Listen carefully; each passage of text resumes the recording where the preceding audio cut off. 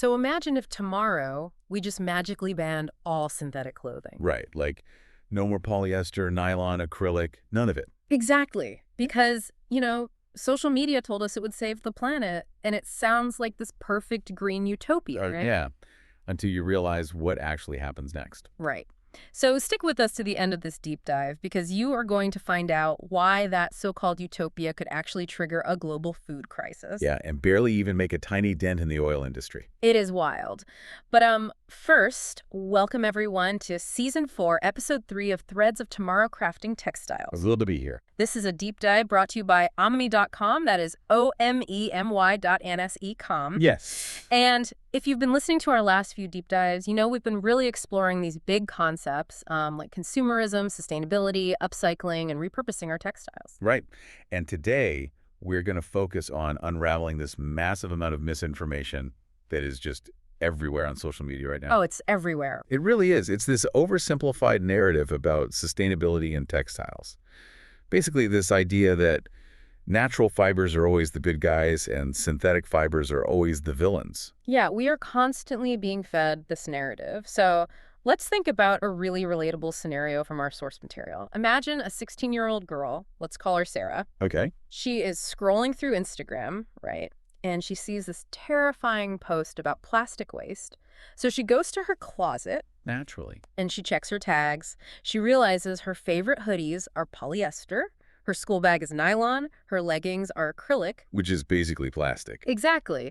And suddenly she feels like she is personally destroying the planet just by getting dressed in the morning. So her first instinct is, I have to throw all of this away and only buy cotton. And I mean, based on the messaging she's seeing, her reaction makes total sense. Right. The marketing is so loud, it just screams, plastic equals bad, nature equals good. Yeah, but when we actually trace the origin story of synthetics, it's a completely different reality. It really is. I'll drop a bit of a truth bomb here. Synthetic fibers weren't created maliciously. They weren't designed to pollute. Really? Because I always pictured like some giant evil factory just churning out cheap, toxic clothes. No, not at all. They were actually born from petrochemical leftovers. Wait, leftovers? Yeah. So when crude oil is extracted from the ground and sent to a refinery, they heat it up to separate it. Okay, for like gasoline and stuff. Exactly. You get heavy asphalt at the bottom, diesel and gas in the middle, but you also get this lighter liquid byproduct called naphtha. So naphtha is just an automatic leftover from making car fuel. Yes. And from that naphtha, you get these specific chemicals like ethylene and p-xylene. Right. Back in the mid-20th century, scientists looked at these chemical leftovers and realized they didn't just have to burn them off as waste. Oh, wow. Yeah. They figured out how to link these molecules into incredibly strong chains called polymers and stretch them into durable threads. That's how polyester was born. It was actually brilliant efficiency. Okay, I mean, I definitely appreciate the clever use of waste, but let's look at the sheer scale today. Producing virgin polyester uses about 70 million barrels of oil globally every single year. It's a huge number. And the energy demand is insane. It takes 125 megajoules of energy to make just 1 kilo of polyester. Right. Which, by the way, releases nearly triple the carbon emissions of traditional cotton. So, okay, if we stop wearing polyester, we hit the big oil companies where it hurts, right? Like the demand drops. That is exactly the logical leap that millions of people make. But the data from the sources reveals a massive flaw in that thinking. Okay, lay it on me. If we completely stopped producing polyester tomorrow, if no one ever bought another synthetic shirt oil extraction would still continue for the remaining 363 days of the year. Wait, what? Banning synthetic clothing globally only accounts for like 2 to 3 days of oil drilling? Yeah, because the refineries don't exist to make clothes. The vast majority of a refinery's output is just for transport fuels, gas, diesel. So the clothing material is just a tiny side hustle. Exactly. So if you stop buying polyester, the oil still comes out of the ground. The refineries just route those chemical precursors back into the fuel blends for cars. Oh, wow. Yeah, they just dump them into gasoline because it raises the octane levels. Avoiding synthetic clothes just means these versatile materials get burned in a car engine instead of being worn on your back. So throwing out my nylon bag does absolutely nothing to stop an oil rig. No, it really doesn't. That is such a bitter pill to swallow for anyone trying to, shop their way to a greener planet. Yeah, it's tough. So if avoiding polyester doesn't magically heal the earth, we have to look at the supposed hero of the story. Right, the 100% expensive organic cotton. If polyester is problematic, why not just shift the entire world to natural fibers? Well, this is the 100% cotton fallacy. Yeah. And the environmental and economic costs are absolutely staggering. Okay, let's look at the data. So, to grow the cotton for just one single T-shirt, it requires 2,700 liters of water. Wait, 2,700? Yep. That is enough water for one person to drink for 900 days. That's about 2.5 years of drinking water, just poured into the dirt for one T-shirt. Exactly. And that's just the water. We also have to look at the land. Right now, cotton already takes up 32 to 35 million hectares of land globally. Which is roughly the size of Germany, just for context. Right. Now, we produce about 75 million tons of synthetics annually. If we ban synthetics and try to replace all of that with cotton, Oh no, where are we getting the land? we can't. We would need an additional 70 to 100 million hectares of fertile agricultural land. But we need that land to grow food. Exactly. And this is the systemic ripple effect. Turning that much farmland into textile farms directly threatens global food security. Because farmers would just switch to growing cotton if fashion brands pay more than local food markets. Right. And then the supply of basic grains drops. Prices skyrocket, and you risk massive regional famines. You'd be choosing between growing clothes for the wealthy or food for the vulnerable. That is a terrifying choice. And it wouldn't just be cotton, right? If we rely on wood pulp fibers like viscose or rayon. Yeah, then you're talking about accelerating massive global deforestation. We'd be chopping down forests for blouses. Wow. And then there's the human element, too. Yeah. Because synthetics are kind of the Robin Hood of fashion. That's a great way to put it. I mean, think about it. A polyester hoodie costs like 15 pounds. It lasts for years. You can beat it up, throw it in the wash. Yeah.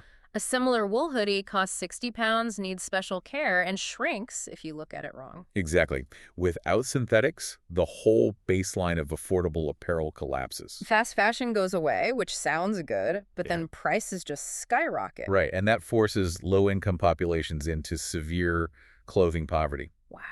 We are definitely going to dig into what we should actually be doing, but first, let's take a quick pause. Okay. I want to remind you all that this incredibly eye-opening deep dive is brought to you by omemy.com. That is omemy.com. You can head over to the site to read this entire story at your own pace, look at all the data we're talking about, and really just take it all in. And while you're there, we enthusiastically invite you to join the omemy.com WhatsApp community. Oh, yes. It's called Devi the Curious. And joining is super easy. All you have to do is scan the QR code on the poster for this deep dive. It's an amazing group. It really is. It keeps members completely informed about new deep dives, blogs, digital tools, training sessions, and these great live workshops that are curated just for a niche audience. So definitely go scan that QR code and join Devi the Curious. All right, so jumping back in, we've established that the fiber type, whether it's cotton from a thirsty plant or polyester from oil leftovers, isn't the real villain here. No, it's not. So what is? What is the villain hiding in plain sight in my closet? The real villain is the blend. The blend betrayal. Yes. Blended fabrics like polycotton and terracotta. Okay, let's use the cake analogy from the source material because this makes so much sense to me. Go for it. So blending natural cotton and synthetic polyester is exactly like baking a cake with flour and chocolate chips mixed in. Right? Once you bake that cake, you cannot easily pull the chocolate chips back out from the flour. They are completely fused together. And that fusion is a recycling nightmare. Because pure fibers are actually fine to recycle, right? Yes. Pure cotton can be mechanically shredded and recycled, and pure polyester is actually fantastic for chemical recycling. They break it down chemically into a liquid and spin it into brand new fabric indefinitely. But when you mix them into polycotton? You can't separate them efficiently. If you try to chemically melt the polyester, you destroy the cotton. If you try to mechanically shred the cotton, the strong polyester fibers jam the machines. Oh, wow. So they just end up in a landfill. Almost always. And this leads to incredibly misguided marketing. Oh, the greenwashing. Yes. Brands will sell you this highly expensive, supposedly sustainable shirt just because the tag says it has organic cotton in the blend. But they're ignoring the big picture. Exactly. It's like calling a gas-guzzling truck eco-friendly just because you painted it green. A 15-pound pure polyester jacket that you wear 200 times and then chemically recycle is mathematically way more sustainable than a 40-pound organic cotton blend t-shirt that you wear 5 times and throw in the garbage. That completely flips how I look at shopping. But we do have to acknowledge the very real harm of synthetics, right? We can't just let them off the hook. No, absolutely not. We have to talk about the microplastic issue. Right, because every time you wash those pure polyester jackets or nylon bags, the friction in the washing machine causes these tiny, non-biodegradable microplastic filaments to break off. Yeah, and they flow straight into aquatic ecosystems. They bypass water treatment, get into fish, and eventually into us. It is a massive problem, but it's a mechanical problem, right? Exactly. And a mechanical problem has a mechanical solution. You don't trigger a global food crisis by switching to cotton just to fix a laundry issue. Right. So how do we actually become true eco-warriors? Because buying expensive cotton clearly isn't the answer. No, it's not. We need to completely redefine sustainability. We shouldn't villainize polyester, and we shouldn't idolize cotton. It's really a matter of comprehensively improving our habits, usage, consumption, and disposal. Exactly. Step 1, buy less and wear it more. Move away from disposable fashion entirely. And when you do buy, look for pure fibers, right? Avoid the blends. Yes. And a great tool for this is the online sustainability indicator calculator. Oh, I love this tool. It's on ami.com. You can literally use it as your personal shopping companion to check a garment's true sustainability score before you buy it. It's brilliant. Now, as for those microplastics we mentioned. The stop gates. Yes. You can buy a microplastic catching washing bag for about £5. So cheap. You just put your synthetics in the bag, put the bag in the wash, and it physically traps those tiny filaments before they can drain out. That is such an easy fix. Or, you know, buy a washing machine with a built-in filter if you're upgrading. Right. And then we have to talk about repurposing. Yes, tying it back to our previous deep dives, social swap events in your community, upcycling your old clothes, patchwork. Just keep the clothes out of landfill. And when they finally die, we need proper circular end-of-life disposal. Right. Do not throw pure synthetics in the trash. Take them to dedicated textile recycling centers where they can be chemically broken down into brand new fabric.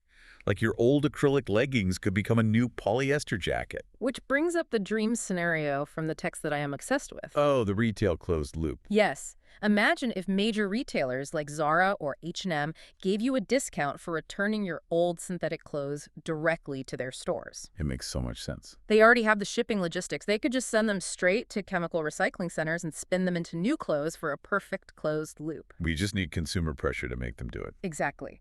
So, to wrap all of this up, trivializing this massive issue into just polyester bad, cotton good, is doing a massive disservice to the planet. It really is. We have to stop falling for the marketing trap. The real enemy isn't the fiber itself. The real enemy is the throwaway culture. Precisely. Well, this has been an incredible conversation. Before we go, I want to remind you one more time to join the Devi the Curious's WhatsApp community. Please do. Just scan the QR code on the poster for this deep dive. It's your hub for all the tools, workshops, and content from omemy.com, omemy.com. And we really want to hear from you. Yes. Jump into the comment box down below. Tell us what topics you would absolutely love to hear us explore in future deep dives. We're always looking for new myths to bust. We will come back with more such content, so follow our podcast and stay tuned. And I want to leave you all with a final thought to ponder today. Oh, I love these. Let's hear it. If our biggest hurdle isn't the material itself, but how we treat it once we own it, what would your wardrobe look like if you viewed your clothes not as property you consume, but as resources you're temporarily borrowing from the planet?